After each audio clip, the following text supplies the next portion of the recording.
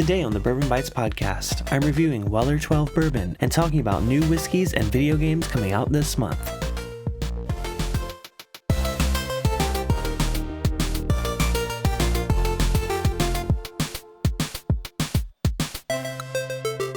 Hello and welcome to the Bourbon Bites podcast. My name is Clifton, and today I'm reviewing a bourbon that you've probably heard of even if you're not a whiskey drinker, and that is Weller 12 Old Bourbon. So this one comes to us from my friend Swan. He was gracious enough to give me a sample of his bottle, and I'm really excited to revisit this because I remember last time I tried it a few years back, it was not my favorite. Now, I am a big fan of the Weller line from Buffalo Trace. I do enjoy a wheated bourbon. I have bottles of Special Reserve, 107, Full Proof, as well as some store picks of each of those. However, I do not own a bottle of the 12-year, and I have had a couple opportunities to buy one, but based on my experience trying it a few years back, I did not love it as much as I loved the rest of the lineup. Even Weller Special Reserve, I mean, I know the price has gone up and it is incredibly hard to find, but for the MSRP of that bottle, I think it's a great daily drinker. I actually had a sip of that right before recording this podcast just so I have something to compare this to as a baseline. But this is the 12-year-old version of the wheated mash bill bourbon from Buffalo Trace. It comes in at 45% ABV, 90 proof, and MSRP is technically $40. Now, I know y'all are all laughing at that, so am I. I have not seen a bottle of Weller 12-year on the shelves ever. I've seen some of the other ones, of course, and sometimes they're marked up, but yeah, Weller 12 just does not exist in Southern California. I know this varies across the country. It's just funny that I can find, even some foolproof picks before I can find a Weller 12, which to me, I've really loved the foolproof releases. So I'm really excited to revisit 12 and maybe it'll change my mind. So let's go ahead and get that poured. Now, I also have a second sample of this from another friend that I'm saving in case I want to do a Weller flight on my YouTube channel. I'm not sure if I want to do it blind or just do comparatively. So if you guys want to see that, let me know over on Discord. I'd love to try all of these side by side. I've probably done it in the past in a previous stream, but it's been a long time since I've done that. So I do have a backup. I did finish Swan's bottle that he sent for this review, but I do have a backup sample from someone else. By the way, you can check out our Discord server. You can just go to bourbonbites.com. There's a link to it there. If you're not familiar with Discord, it's a really great community, kind of like a message board, kind of like a group chat. And there's several different rooms where you can talk about all kinds of topics. Love our community there. We haven't had a new member in a while, so if you've been thinking about joining, please join us. We're very welcoming, trust me.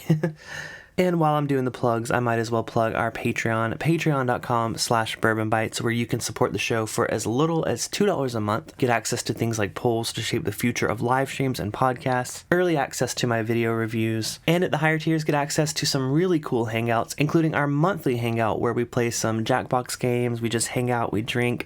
That's at the $5 a month tier. Our after party hangout after every Thursday night live stream where we recap it, we drink a little more, and sometimes we even have our guests from the stream on that. That's the $10 tier. The $25 tier gets you access to a private hangout with me every month if you just want to share a pour or just talk and chat. I'm 100% down for that. And of course, the $50 tier, which gets you access to the Bourbon Bite subscription box, aka I send you samples every month. These are really cool curated tastings. I've been having a ton of fun with them. You get 5 samples every month. We taste through them, we compare them, and we chat about what we want to taste for next time. So if you are interested in that, like I said, patreon.com/bourbonbites. Read about all the tiers there. And if you have any questions, feel free to send me an email, contact@bourbonbites.com.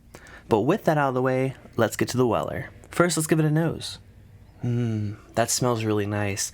Like I said, I did have a pour of the Weller Special Reserve right before this. This one definitely has a better nose. It's got a lot of those richer, desserty notes. The Special Reserve was very light on the nose, because I imagine it's probably, pretty young. It's the same proof, though, but I think this one has a lot more decadent of a nose. It smells really caramelly, really like vanilla, like everything that you expect a bourbon to smell like, but this smells like an amped up version of it. I mean, it's one of the sweetest things I've smelled in a long time. It's like a creme brulee, maybe a bit of like a bread pudding. I was gonna say fruitcake, but I think it's more bread pudding. There is a little bit of fruitiness there, but sometimes bread pudding has some like raisins and things like that, and I think there's some of those darker fruits there too. But wow, based on the nose alone, I may have had the wrong impression about this bourbon. Now, even though it is a 12-year, I'm not getting too much oak on the nose. I think that's kind of a given with it being a wheated bourbon. I think rye whiskeys really bring out the wood characteristic a lot more. I think it's because the rye spice is kind of combining with that wood spice and really making it a prominent note. But this one, the wheat kind of focuses your attention on the corn, and that's why I'm getting all that sweetness. A+ on the nose. Let's go and give it a taste. Cheers. So different on the palate. And I think I remember that from my last taste of this. That desserty sweetness that I got on the nose is not gone, but it's kind of been overtaken by a few different notes, and I'm kind of struggling to place them. There's like a walnut kind of note at first. It's not like a peanut. It's definitely more of a, I guess, a premium nut. You know, when you get the mixed nuts packages, there's like the premium nuts. This one, I'm not the best at naming my nuts, but I'm getting a little bit of like a walnut, maybe even hazelnut. I'm kind of getting a little Nutella note there, but it's got that kind of sweetness, a nutty sweetness compared to what I expected from the, the caramel vanilla sweetness I got on the nose. It also brings out that wood characteristic that I felt like I was missing on the nose. However, this is almost more of like a cedar wood. Like it's been in like a cedar chest, maybe in your grandma's attic. I always say grandma's attic when I think of cedar chest. I think that's just a personal memory. But it's definitely not the darker, rich oak that you would expect from a 12-year-old bourbon. The one that I think of the most is like Knob Creek 12-year, one of my favorite bourbons ever. That one is an oak bomb. That one definitely tastes like it's been sitting in a barrel in a hot rick house for 12 years. This, though, it's very, very different. And I don't know if that's the wheat or if it's just where they're storing this at Buffalo Trace. I don't know, but this does not taste like a 12-year-old bourbon. There's also like a hint of like this is not going to sound great, but like a melted plastic kind of note. And I do remember getting that last time. I think that was the number one reason I decided not to buy a bottle. And this is, a different bottle and I'm getting the same note. So I know it wasn't tainted or anything like that. I don't know how to describe it other than that. It kind of tastes a little chemically. It's similar to a note that I get on just like standard Maker's Mark. I love everything from Maker's Mark except their standard bottling. I get a little bit of that kind of, I always say like burnt plastic, melted plastic. It doesn't have any like the smokiness. Like when I say burnt, don't think of it like that. But to me, it's more of just like a chemically plastic subtle note. It's very subtle, but I think that's the one thing that kind of throws me off from Weller 12, and I don't get that on any other Weller product. I maybe have gotten it on a few off picks that I didn't love from either Foolproof or 107, but in general I never get this note other than the 12-year. And even though that note kind of lingers all the way to the finish, it's kind of rounded out back by that like cedar note that I was getting up front. And by cedar, I guess I'm just saying like a sweeter, kind of a vintage oak compared to like a fresh cut piece of lumber oak or even like an old saturated barrel like I get with some other 12-year-olds. So for MSRP, $40. Honestly, if we're talking MSRP, I would much rather have 107 than this. I think MSRP, I think that's gone up to like 50 or 60 nowadays. You get the higher proof. It is probably a bit younger, but I think that's a better flavor profile for me. And at $25-ish for the special reserve, which I know you can't really get it for that, but if you could, I think that's MSRP. I would also rather have that than this one. I think I would rather have those two versus this one in the middle, because this one, the flavor profile to me is so different than any other Weller I've ever had. Yeah, this isn't for me. And I'm sad because I was hoping I would revisit this and be like, oh, what was I missing? This was such a great bourbon. Again, it smells fantastic. I love the nose on this, but palate, it just doesn't do it for me. And honestly, the only thing I can think of that may be why is I really haven't had many older wheated bourbons. I think to like Larceny Barrel Proof, I know that's like 7 to 9 years old, so it's definitely younger than this. I think of Maker's Mark, they don't age state, but I believe they are like 6 to 8 years old. I'm almost thinking that maybe I just don't like wheated bourbon once it gets past, the 10-year mark. And I don't think that's too odd, because I know with Redbreast, which is an Irish whiskey, I love the 12-year. I really enjoy the 15-year. The 21-year is kind of iffy. And then when I tried the 27-year, it also didn't do it for me. So I feel like certain whiskeys do well at different ages. I think with like a rye bourbon, I think, 12-year is the perfect age. I love an older bourbon that uses a rye mash bill. And with just straight rye whiskey, I actually prefer, 7 to 9 years old. I think some of the rye whiskeys I've had in that age range have been my favorite rye whiskeys I've ever tried. So maybe that's what I'm learning. Maybe I just don't like older wheated bourbon. Now the exception might be William LaRue Weller. I have had a pour of that and I absolutely love it. But you're also combining the fact that that's cask strength. Those are like some of the most select premium barrels. Whereas Weller 12, it may not be. So with my rating system out of 8, because we love 8-bit games here, I'm going to have to give this one, for me, it's tough because I really love that nose, but Honestly, if I were to give this a real rating, I would give this a 3 out of 8. I don't think I could see myself buying a bottle. So on nose alone, it'd be like a 7 out of 8 because the only thing it's missing is that oak, but the palate just is not quite my flavor profile. So yeah, I know that might disappoint some people. I know there's some big Weller fans out there, and don't get me wrong, I love most of the lineup. It's just, for some reason, every time I revisit this 12, it just doesn't do it for me. I'm curious if anyone else feels the same way. Definitely let me know over on Discord. Seriously, I know I'm hounding the Discord element, but I love hearing your feedback on these podcast episodes because it is kind of like talking to the void because it's not like a live stream where I have the chat. So any feedback you guys have or just comments on my episodes, please let me know. So now let's get into some news because I know I've been kind of light on that in previous episodes. So we're going to start with some whiskey news. There's a lot to talk about, so I'm just going to get right into it. First of all, there is a brand new Willett bourbon coming out. It's in a completely redesigned bottle. This is an 8-year-old wheated Willett. I gotta say, this bottle looks really nice. It's kind of looks like a wine bottle. It's just solid black. It's got the engraving of the Willett logo.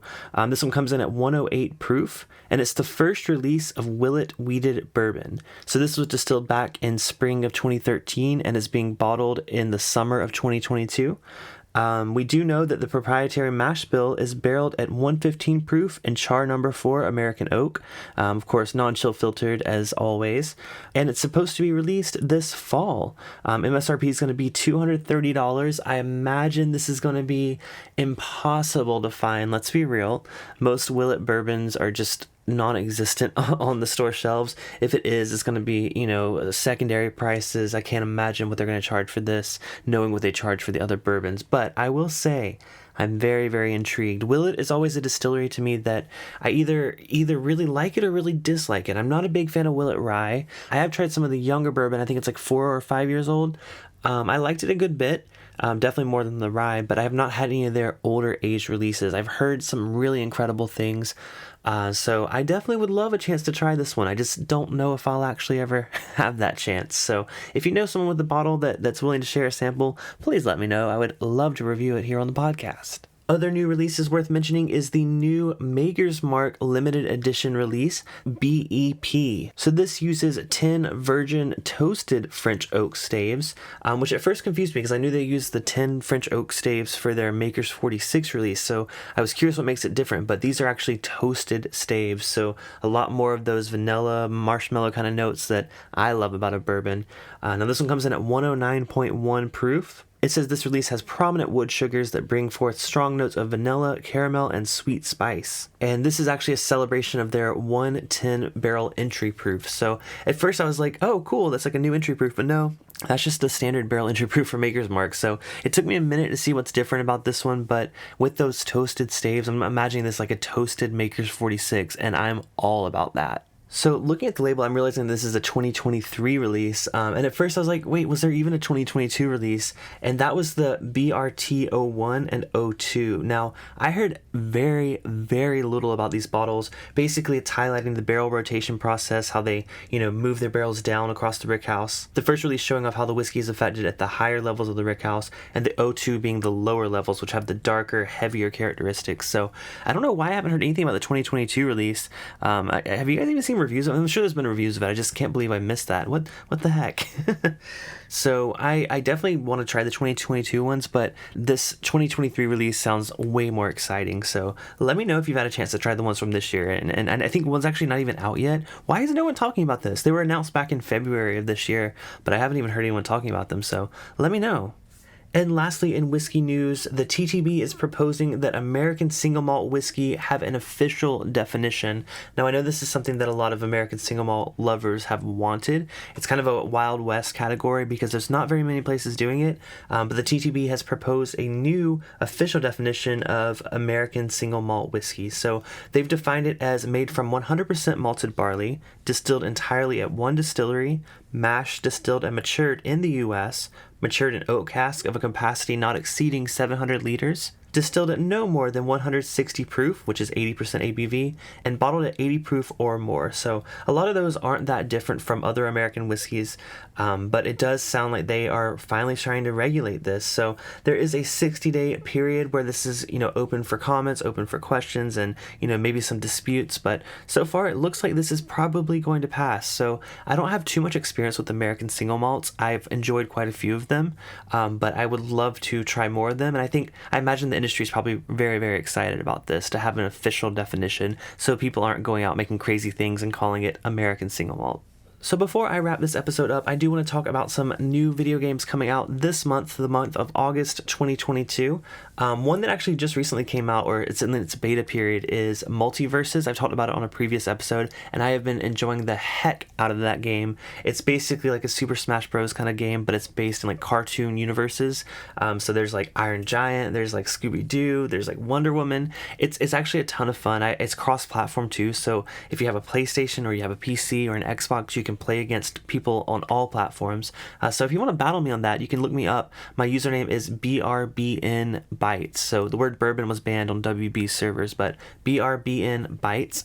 Send me your friend request and I'll definitely play. Like I said, I'm playing on PC, but you can also download this for free right now on Xbox and PlayStation 5. Now, it'll cost money when it actually comes out, I believe, but definitely take advantage of this open beta because it's a lot of fun. But for new games, there's a couple that have really piqued my interest. I'm going to read through here. The first of which is called 2 Point Campus.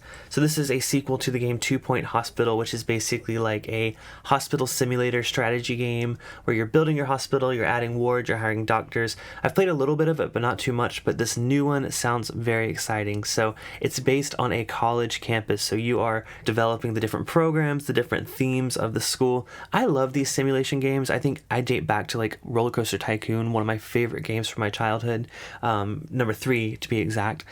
So I love these type of games. It takes me a minute to get into them, and I feel like I come back and forth between liking them or not liking them. But I think 2 Point Campus is definitely one that I will be picking up just because I love the whole college building kind of thing. I mean, I love the Sims like university program, which is like where you have your Sims go off to college and different majors and stuff like that. So this is definitely one I'm excited for. But speaking of simulation games, there's one that I'm even more excited for than that, and it's called Arcade Paradise. Now, this is a rags to riches story where you start out as owning a laundromat, you're running it, doing the daily business, and then you discover that there is a back room with a bunch of arcade machines in it. So your new goal is to turn this into the best arcade in town. So this is set back in the 80s, and even though it doesn't feature a lot of the actual 80s video games, there are a ton of mini games based around these. So as you progress and build up your arcade, you unlock a ton of mini games that you can play on the different arcade machines. I saw a trailer of it and this looks so fun. I will absolutely be picking this up, no doubt about it. That one comes out on August 11th, so next week. Definitely check out my Twitch channel. I will definitely be streaming this once I pick it up. So if you're not yet following me on Twitch, twitch.tv/bourbonbites. I've tried to go live there more frequently now, and I definitely will be streaming this game. So keep an eye out on that next week. I'm not sure if I mentioned the release of the 2 Point Campus, but that comes out on the 9th of August. So the same week, 2 really cool simulation games that I am very, very excited for. And lastly, there's one more game that's coming out this month that's kind of intrigued me. It's called Rollerdrome. It's coming out on August 16th to PC, PS4, and PS5. And it's kind of cool. It kind of looks like a Tony Hawk Pro Skater kind of thing, but there's weapons. I guess that's the easiest way to describe it. Tony Hawk Pro Skater, but weapons and rollerblading. So you are in this like roller rink, and there's like stunt jumps and all this stuff, but you also have guns. So it looks really cool. It's got a very like post-apocalyptic kind of vibe to it.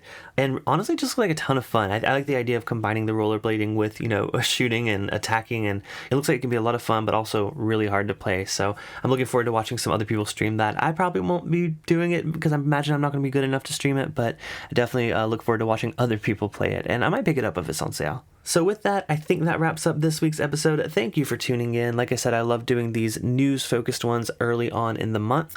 Next week, I don't actually know what's in store. I think I might do a little side-by-side of 2 or 3 different whiskeys. Normally, I save that for a live stream, but these samples have been sitting for a while, and I know my friends sent them to me, so I definitely want to do a little comparison. So stay tuned. Make sure to follow me on your favorite podcast platform. And as I said last week, if you could leave me a rating and review on Apple Podcast, it would mean a ton. I really do appreciate appreciate your feedback there. But until next time, this has been the Bourbon Bites Podcast. Cheers, and I'll talk to you next week.